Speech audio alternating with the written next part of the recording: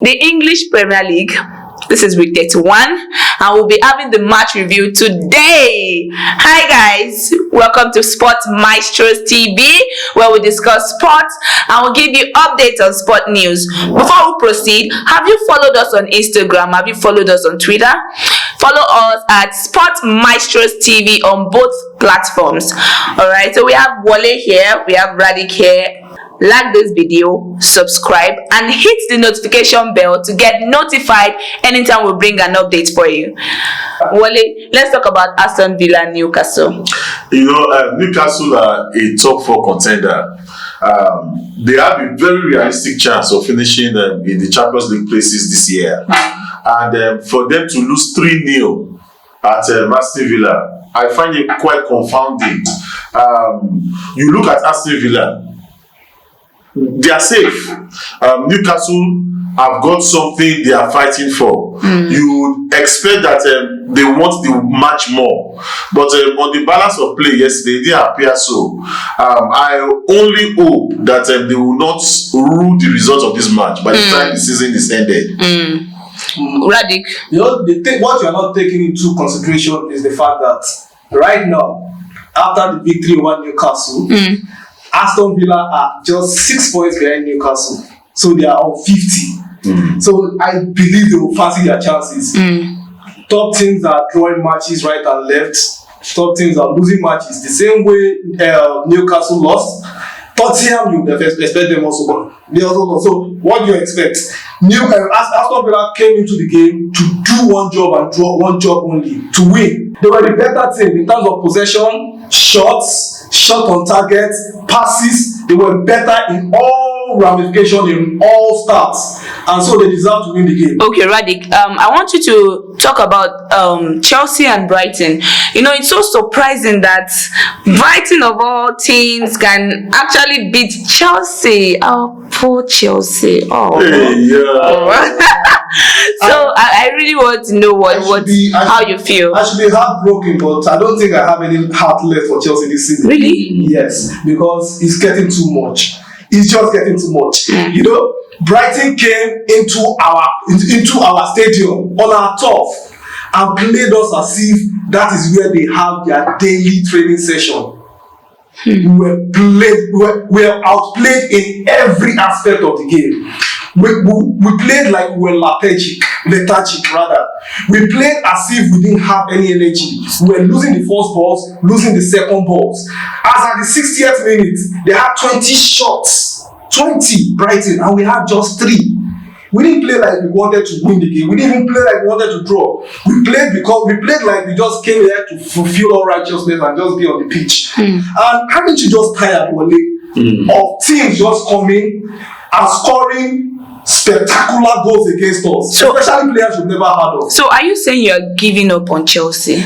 No, this season is gone already. We know that. I don't even expect anything from them. Probably we'll get our act right at the end of the season. Don't forget what I said concerning Chelsea and the Champions League. That Chelsea will get the better of Real Madrid and move on to the semi-final. Why is he joking now? I'm still joking now. 2-0. What miracle do you expect? Oh, God. It sounds like he has totally given up. I expect a miracle would happen. I'm an optimist, so I love me a fan like you. I mean, learn from Wale. You shouldn't give up on your teams. I just hope for something. I love that. Passionate about something or a club. When they are playing poorly, you have to express your anger. Alright, so let's move on to Man City, Leicester City. For me, you see the quality in Man City. Man City knew what they had to do, and then they got the job done. Yes. Especially so against Leicester City that just changed managers that are still in bits and pieces. So predictable.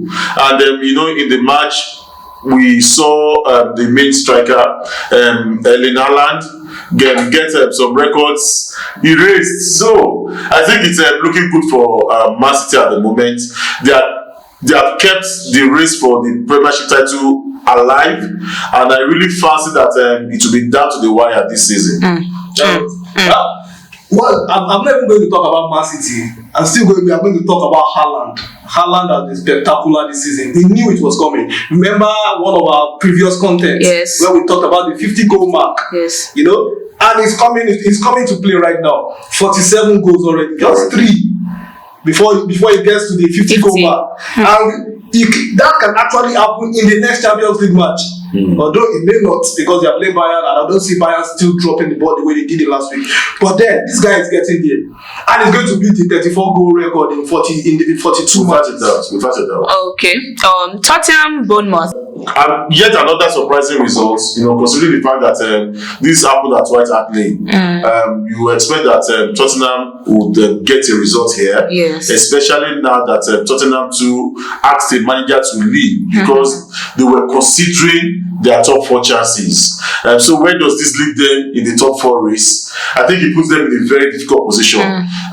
Now, if you ask me, Arsenal, Man City, Newcastle, unfortunately, Newcastle and Man U are better bets of finishing in the top 4 places. This result actually dented the hopes of Tottenham Hotspur. Honestly, I don't even have time for Tottenham. I would like to congratulate Bournemouth. Yes, because they got themselves outside the relegation battle. Yes. They're on 37 right now, I think. 37. Around that. They've gotten themselves clear from that relegation zone. And the way you see it, they won their last match also. And the way you see it, they will continue in that vein. They can draw a few matches, but I don't see them getting back into the relegation zone. Okay, let's talk about West Ham and Arsenal that just played. What do you feel about the game? Well, Arsenal, I don't know why Arsenal are beginning to act like I thought they would from the beginning of the season. Year of little faith. No, see, well, the fact is that I tried to believe Arsenal was going to be different, but I pray they still continue and be different. But right now, we expect them to keep going, not this kind of match. If you are going to drop points, let it be against Manchester City. Don't let it be against teams that you can easily beat or grind the point out of. You get? But in this match, by the time these guys scored the second goal, it was like they could not get back again. And unfortunately for Saka, he lost the penalty, but that wasn't good. That wasn't a reason for you to concede another goal and equalizer against your opponent. Yes, I agree with you totally, Randy. Missed opportunity for Arsenal. This is the match that you must win, especially so that you have a week or two to the decider with Man City. 2 lost points, and now there's more pressure on them. You expect that it's the first time they will be in this position for a long while. Yes, the nerves, the jitters, the pressure, but they have not managed it well. I really tip Arsenal to win this year. I don't know. I think everybody is being hopeful about Arsenal because they've actually been doing well recently. The problem. Okay. We are actually being hopeful. We are supposed to be realistic, right? We are supposed to be quite sure that they will finish the job. Not hopeful. See, we know if Man City is in that position, we'll be praying for them. We'll be praying for them to drop. Not being hopeful. Okay, so in the other matches played, we have Wolves 2, Brentford 0, we have Everton 1 versus Fulham 3, we have Southampton 0 versus Crystal Palace 2. And that will be the end of this episode. Do not forget to follow us on Instagram and Twitter at Sport Maestros TV, and also do not forget to like this video, comment, subscribe, and hit the notification bell. We love you always from the Sport Maestros TV team. Bye.